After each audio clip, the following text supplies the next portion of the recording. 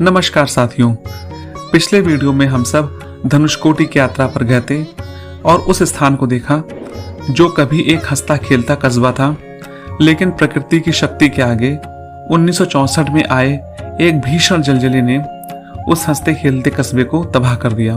कुछ भी नहीं बचा। अब उसके बाद हम सब आए कोथनरामेश्वरम मंदिर। ये वो इकलौता मंदिर था जो उस जलजले में बच पाया था। इस मंदिर की दूरी रामेश्वरम से लगभग 13 किलोमीटर है। रामेश्वरम से धनुषकोटि की यात्रा के लिए जब आप ऑटो बुक करेंगे तो वे ऑटो वाले इन स्थानों को भी आपको दिखाएंगे। तो आप कभी भी रामेश्वरम आइए और जब आप धनुषकोटि की यात्रा पर जाएंगे तो सबसे पहले आपको वो last land of India Dhanushkodi लेकर जाएंगे और जब आप वहां से लौटेंगे तो उनका अगला स्टॉपेज होगा कोथनरामा टेम्पल। ये वो स्थान है जहां पर जब रावण ने विभीषण को अपने लंका से निष्कासित कर दिया था तो भगवान राम की शरण में जब विभीषण जी आए थे तो इसी स्थान पर भगवान राम से उन्होंने मित्रता की थी और भगवान राम के दल में शामिल हुए थे। ये मंदिर बहुत ही आकर्षक स्थान पर स्थित है। चारों तरफ आपको समुद्र दिखेगा। जब आप यहाँ पर आएंगे तो यहाँ पर आपको तरह तरह की दुकानें, खास तौर पे नारियल तो आपको मिलेगा ही। बहुत ही मन भावन लोकेशन है मंदिर की। यहाँ पर आप आएंगे तो अपने आप को रिफ्रेश हो जाएंगे। आप आइए, चूंकि आप धनुषकोटि घूम कर आए हैं तो आप धूप से और थकान से थक भी गए होंगे, तो आप यहाँ पे सबसे पहले आप नारियल लीजिए, ठंडा पानी पीजिए और उसके बाद मंदिर में दर्शन करने के लिए जाइए। ये एकमात्र ऐसा मंदिर है जो चक्रवात से सुरक्षित बच गया था। इस मंदिर में राम, लक्ष्मण, सीता, हनुमान और विभीषण आदि देवताओं की मूर्तियां लगी हुई हैं। यह मंदिर समुद्र से घिरा हुआ है और पर्यटकों के बीच में खासा लोकप्रिय है।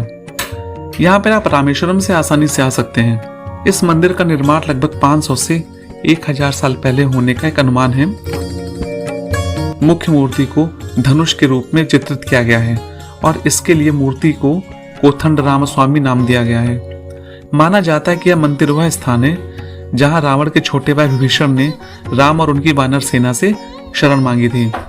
इस परंपरा के अनुसार सीता के अपहरण के बाद विभीषण ने रावण को सलाह दी थी कि वह उसे राम के पास लौटा दें। हालांकि रावण ने सलाह नहीं मानी, जिसके कारण विभीषण लंका से भाग गए और राम की सेना में शामिल हो गए। जब विभीषण ने राम के सामने समर्पण कर दिया तो वानर सेना ने राम से विभीषण को रावण का जासूस मानते हुए स्वीकार नहीं करने का आग्रह किया। हालांकि राम ने हनुमान के आग्रह पर विभीषण को यह कहते हुए स्वीकार कर लिया कि वह उनके आत्मसमर्पण करने वालों की रक्षा करते हैं और यह उनका पहला कर्तव्य है। यह भी कहा जाता है कि रावण के वध के बाद राम ने इस स्थान पर विभीषण के लिए पट्टाभिषेक यानी कि लंका के राजा का स्वर्गारोहण भी किया था। कहानी को मंदिर के अंदर दीवारों पर पेंटिंग के रूप में अच्छे से दिखाया गया है। आप जब कभी भी जाइएगा तो इस बात को जरूर गौर कीजिएगा। और मंदिर के बाहर आप निकलेंगे तो आपकी इच्छा हो तो मंदिर में कुछ दान जरूर कीजिए, क्योंकि मंदिर इन्हीं दान के आधार पर ही चलते हैं। जैसा हम दान करेंगे वैसे मंदिर में साफ सफाई और सुविधाएं हमको मिलती रहेंगी।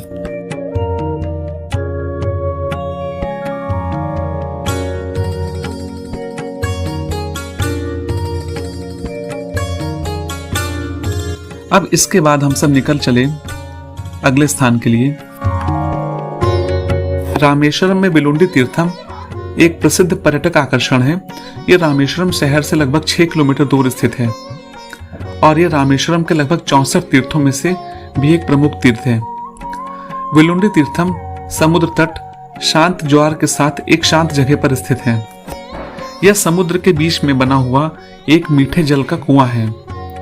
आप जब भी यहाँ पर आएंगे तो आपको देखकर काफी हैरानी होगी कि समुद्र जिसका पानी बिल्कुल खारा होता है, उसी समुद्र के बीच से हमें ठंडे पानी और मीठे पानी, जिसको हम पी भी सकते हैं, वो प्राप्त हो रहा है।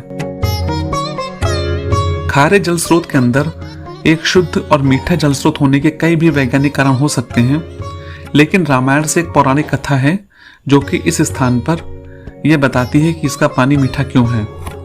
रावण से अपनी पत्नी सीता को बचाने के बाद राम और उनके दल ने श्रीलंका से रामेश्वरम के लिए उड़ान भरी।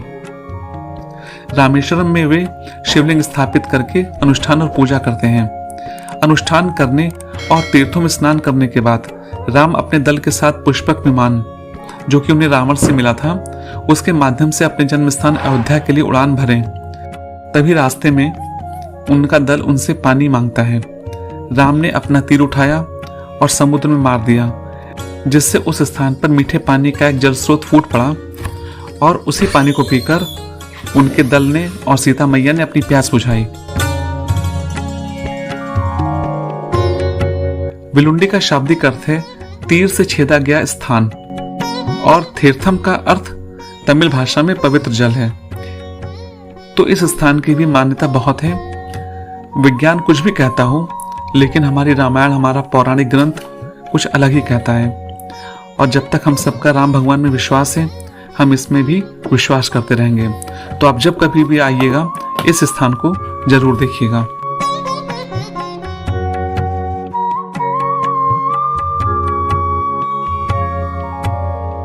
बेलुंडी तीर्थ से निकलने के बाद हमारे ऑटो वाले भैया हमको लेकर गए रामारपदम। रामारपदम एक पहाड़ी पर स्थित मंदिर है। ये पहाड़ी भौगोलिक रूप से रामेश्वरम की सबसे ऊंची पहाड़ी है। इसमें यह मान्यता है कि इस मंदिर के जो पहली मंजिल है, उसमें अंदर एक चक्र बना हुआ है और उस चक्र पर भगवान श्री राम के पैरों के निशान अंकित हैं। तभी इसे रामारपदम कहा जाता है, अर्थात भगवान राम के पैर। ऐसा माना जाता है कि यह वही स्थान है जहां भगवान हनुमान ने भगवान राम से कहा था कि श्रीलंका में देवी सीता को उन्होंने देखा है। मंदिर की दूसरी मंजिल से रामेश्वरम और धनुषकोडी का शानदार दृश्य दिखाई देता है।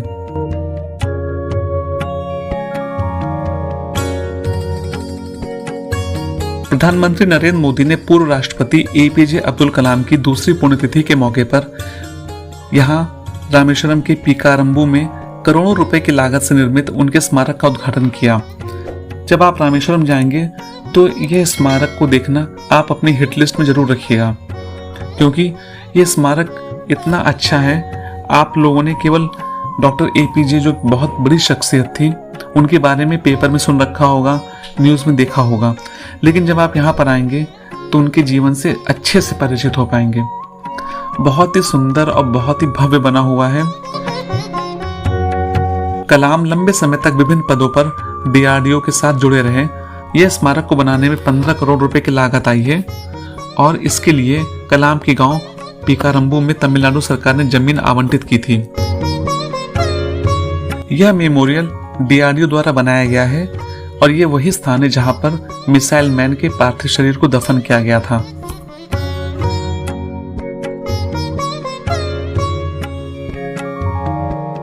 यहाँ पर आपको अब्दुल कलाम की एक लकड़ी से बनी प्रतिमा भी दिखेगी, जिसमें वो वीणा बजाते हुए दिख रहे हैं।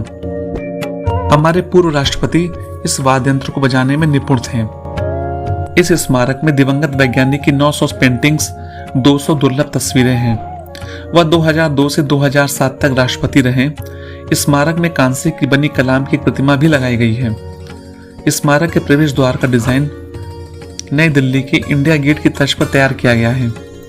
स्मारक के पीछे हिस्से को राष्ट्रपति भवन के मॉडल पर बनाया गया है। स्मारक के प्रवेश द्वार पर लगाया गया अग्नि प्रक्षेपास्त्र के मॉडल लोगों का ध्यान बरबसी अपनी ओर आकर्षित करते हैं।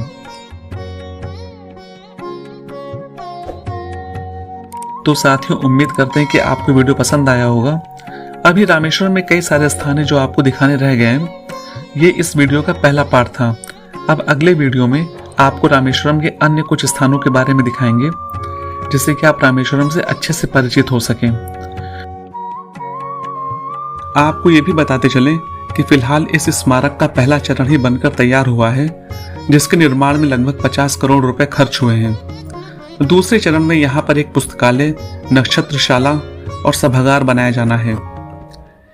इसके साथ ही कुछ और रॉकेट्स और मिसाइलों की प्रतिकृतियां भी प्रदर्शित की जाएंगी। दूसरे चरण का काम अगले कुछ सालों में पूरा हो जाना है। डॉक्टर कलाम स्मारक स्थल को कुछ इस तरह से विकसित किया जा रहा है ताकि यहां आकर हर कोई कुछ न कुछ सीख सके। ऐसी महान शख्सियत थे हमारे देश के राष्ट्रपति missile man doctor APJ Abdul Kalam. शत शत नमन है ऐसे भारत माता के सपूत को। तो साथियों, अगर आपको वीडियो पसंद आया है तो प्लीज चैनल को सब्सक्राइब वीडियो को लाइक और शेयर जरूर कीजिएगा। आपके लाइक से और शेयर करने से हमें मोटिवेशन मिलता है, जिससे हम और अच्छे अच्छे वीडियो बनाकर आपको दिखा सकें। तो मिलते हैं अगले किसी वीडियो में, तब तक के लिए अपने साथी अनुपम अग्रवाल को इजाजत दीजिए। नमस्कार। भारत माता की जय। जय हिंद।